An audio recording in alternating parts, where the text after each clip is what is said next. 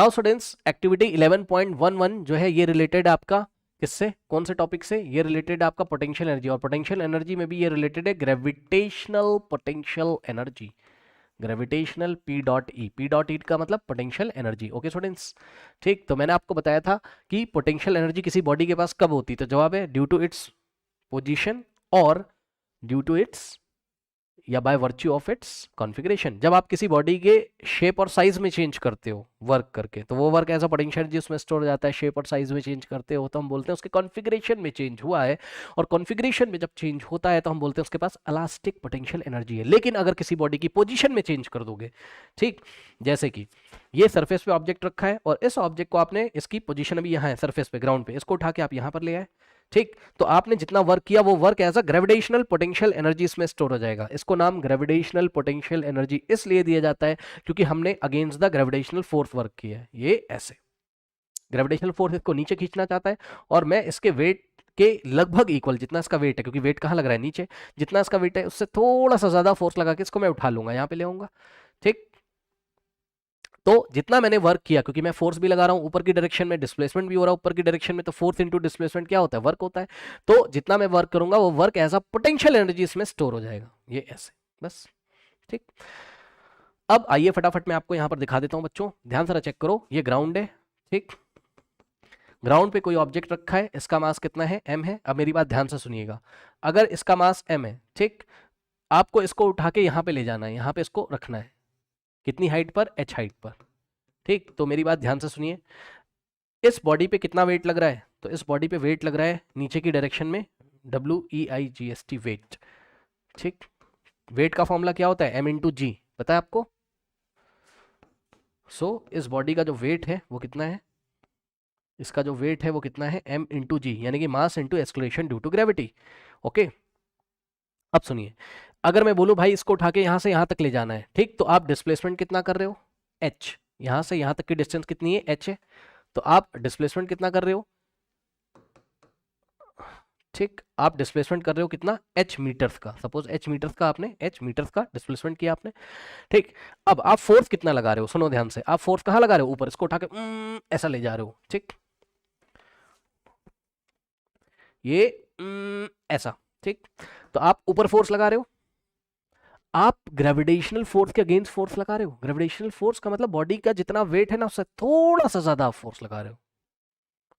Body का wait कहां लग रहा है, नीचे, m इंटू जी न्यूटन्स, ठीक। आपको लगभग इतना ही फोर्स, मतलब इससे थोड़ा सा ज्यादा लगाओगे तब ये बॉडी ऊपर जाएगी। तो इससे हम प्रैक्टिकली, इससे हम थोड़ा सा ज्यादा लगाते हैं, लेकिन जब हम कैलकुलेशन करते हैं तो हम ये अज्यूम कर लेते हैं कि भैया मान लिया है हमने फोर्स किसके इक्वल लगाया है, वेट के, ठीक है।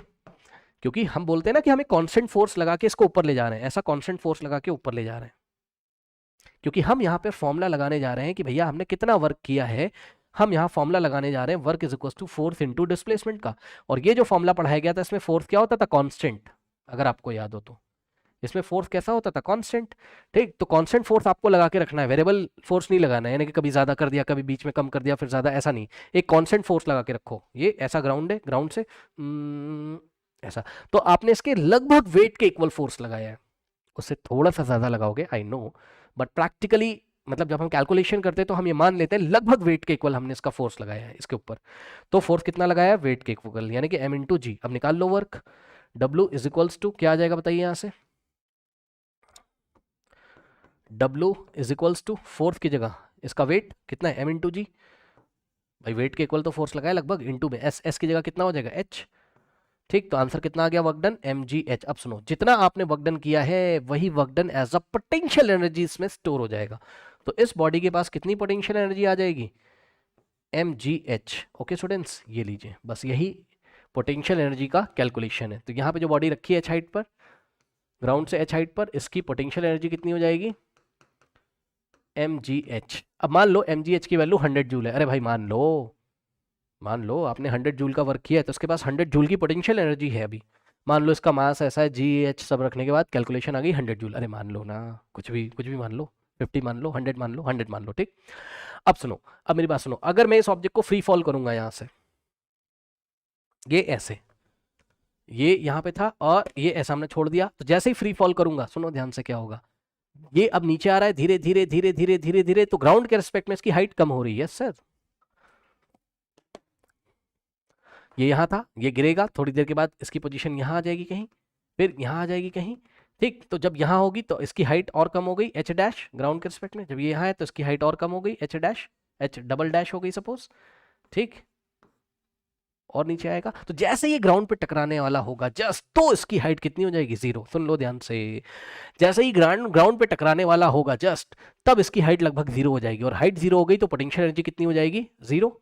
तो वो पोटेंशियल एनर्जी गई कहां, तो जवाब है वो काइनेटिक एनर्जी में चेंज हो गई। यस, ये ऑब्जेक्ट फ्री फॉल कर रहा है तो धीरे धीरे इसकी वेलोसिटी बढ़ रही है ना भैया, एस्केलेशन ड्यू टू ग्रेविटी लग रहा है इसके ऊपर, एस्केलेट हो रही है, ये वेट लग रहा है, ग्रेविटेशनल पुल लग रहा है नीचे, तो इसकी वेलोसिटी धीरे धीरे बढ़ेगी, ठीक। टॉप पे तो रुका हुआ था, रेस्ट पे था, तो टॉप पे इसकी काइनेटिक एनर्जी जीरो थी लेकिन पोटेंशियल 100 थी। लेकिन जैसे ही नीचे धीरे धीरे जाएगा तो इसकी पोटेंशियल धीरे धीरे कम होगी, कम होते होते पोटेंशियल जीरो हो जाएगी। वो कम जो हो रही पोटेंशियल कहाँ जा रही है, काइनेटिक एनर्जी में। तो सारी पोटेंशियल एनर्जी इसकी काइनेटिक एनर्जी में चेंज होगी जैसे ही ग्राउंड पे टकराने वाला होगा, यानी कि जब टकराने वाला होगा तो यहाँ कहीं इसके पास कितनी काइनेटिक एनर्जी होगी, तो जवाब है 100 जूल। पूरा प्रोसेस समझो, जितना वर्क किया 100 जूल का वर्क किया था इसको नीचे से ऊपर उठाने में, वही work done as a potential energy इसमें स्टोर हो गया था। उसके बाद कितनी पोटेंशियल एनर्जी, 100। अब ये स्टोर रहेगी जब तक इसको छोड़ूंगा नहीं। जैसे ही छोड़ दिया सारी पोटेंशियल किसमें चेंज हो रही, धीरे धीरे काइनेटिक में। जैसे ही ग्राउंड पे टकराने वाला होगा तो इसके पास काइनेटिक एनर्जी कितनी होगी, 100 जूल। यानी कि ये 100 जूल से नीचे जाके वर्क कर सकता है। यस, मान लो नीचे बालू रखी हुई है, सैंड, तो ये जाएगा और बालू में इस तरीके से धंस जाएगा अंदर, बालू में डिप्रेशन कर देगा, जो सैंड रखी हुई नीचे उसमें डिप्रेशन कर देगा। एक एक्टिविटी भी मैंने आपको ऐसे कराई थी, बस अब यही एक्टिविटी में यहाँ पे आपको बताएंगे बातें, पढ़ लीजिए। कह रहा lift an object through a certain height, किसी ऑब्जेक्ट को h हाइट तक उठाओ, इसका मास m है, h हाइट तक उठाया, the object can now do work, it begins to fall when release. ये ऑब्जेक्ट वर्क कर सकता है, हाँ भाई कर सकता है, इसको छोड़ दो, नीचे आके सैंड है, सैंड में धंस जाएगा, ये सैंड पे आके फोर्स लगाएगा, डिस्प्लेसमेंट करेगा सैंड में, इस तरीके से नीचे डिप्रेशन बना देगा, डेंट बना देगा। कह रहा this implies that it acquires some energy, ठीक। तो अगर ये नीचे आके सैंड पे वर्क कर रहा है, ठीक, ये आके नीचे ऐसे धंस जाएगा, ऐसे डिप्रेशन बना देगा, तो नीचे आके अगर ये वर्क कर रहा है तो उसके पास कुछ एनर्जी होगी। हाँ, ये एनर्जी आई कहां से, कह रहा है कि इसके पास कुछ एनर्जी होगी क्योंकि ये नीचे आके वर्क कर सकता है। From where did it get the energy, think and discuss, मैंने डिस्कस कर लिया आपके साथ, ये एनर्जी कहां से आई। तो we had done some work to lift this object up to height h, copy में नोट कर लीजिए। We had done some work against the gravitational force of the earth, we had done some work against the gravity, against the gravitational force of the earth. So we had done some work, that work is stored as a potential energy. We had done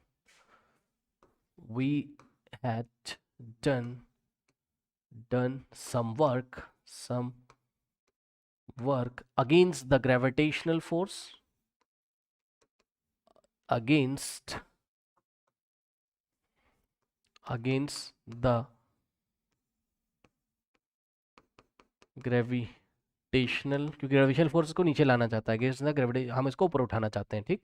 तो against the gravitational force we had done some work done against the gravitational, against AGINST, okay, against the gravitational force to lift this object, to lift this object having mass m up to height h, okay. So the work done is mgh and this mgh is stored as a potential energy, so the body has the potential energy mgh, बस खत्म, okay, note कर लीजिए।